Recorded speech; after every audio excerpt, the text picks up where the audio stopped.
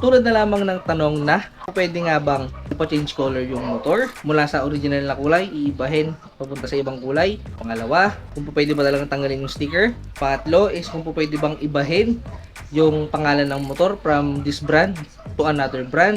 At pwede bang gawing kung ano yung pangalan ng motor dito sa bansa natin is ilalagay kung ano yung pangalan niya sa ibang bansa. Okay? So yun yung pag-uusapan natin. Let's go!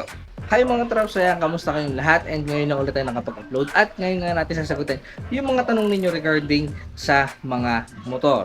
Okay, so yan, sagutin natin unang tanong mga Trops. Pero bago yan, ito nga pala yung motor natin.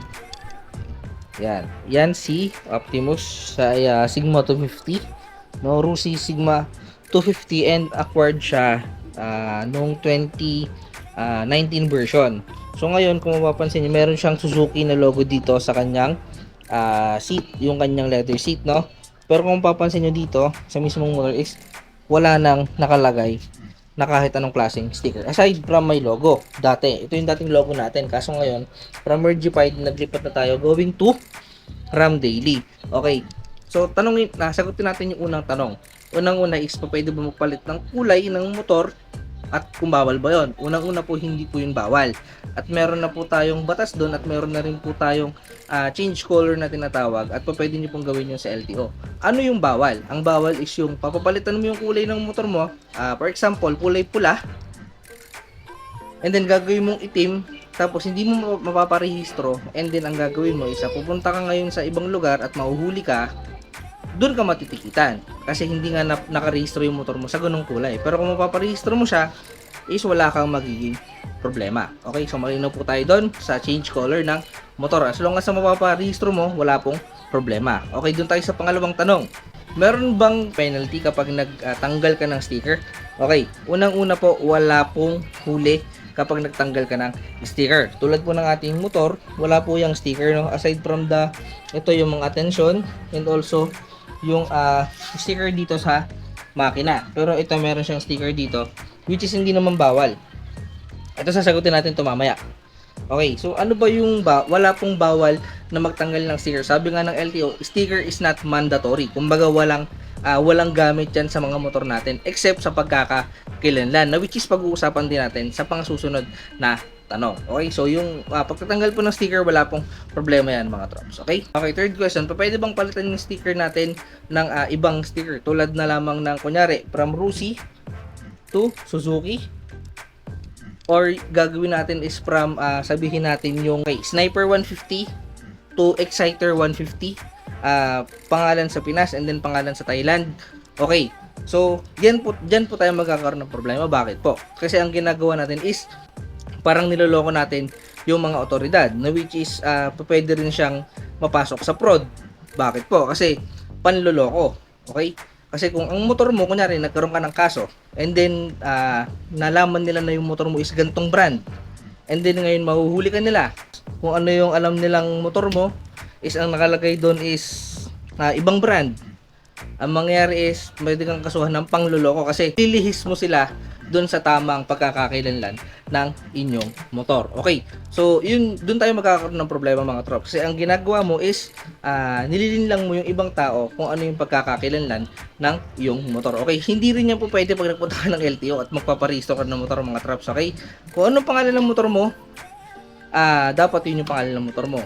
It's either wala kang sticker or hindi mo pinalitan ng sticker yung motor mo. So ganoon lang yun. Kung tatanggalin mo ng sticker, mas maganda wag ka na maglagay ng ibang pangalan pa. Okay, so yun yung pangatlong tanong natin. Then last na tanong mga Trops is pwede bang maglagay ng iba't ibang klase ng mga modification sa motor? Okay, so dito tayo magkakaroon ng konting problema. Kung magtatanong kayo kung pwede mag-modify sa motor, pwede, pero may mga bawal, which is ito yon.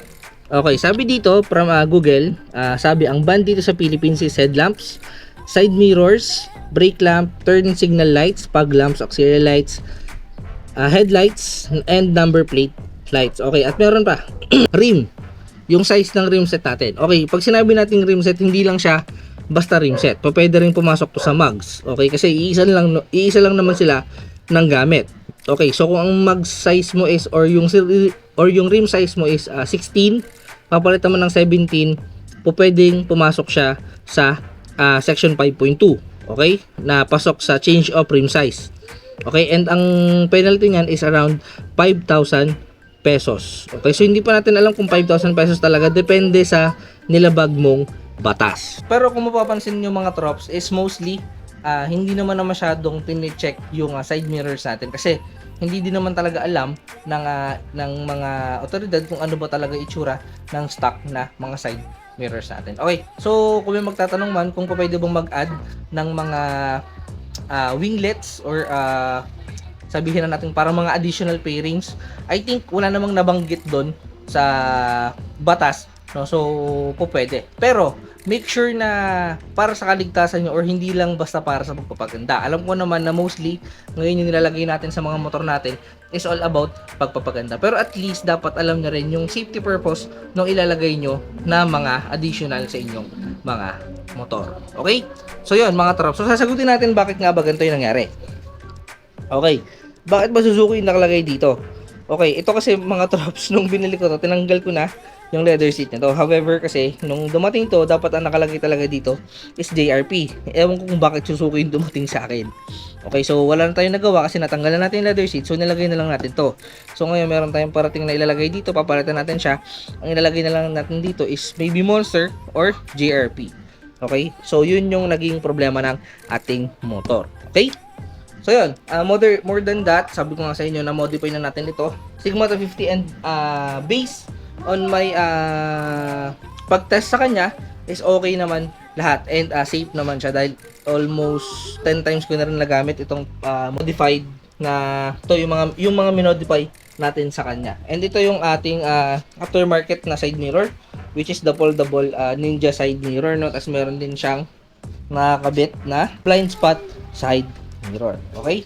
So yun, I hope na nasagot ko na yung mga tanong ninyo mga trops dahil ang dami talaga nagtatanong pero hindi ko kayo maisa-isa sa comments dahil ang dami talaga mga trops. So yan, and kung napapanood nyo to mga trops is sana supportahan nyo po yung mga parating na uploads natin dahil kung mapapansin nyo nagka-transition na tayo ng mga videos natin from normal motorcycle vlogs into mas malawak na content. Okay, sana supportahan nyo yan.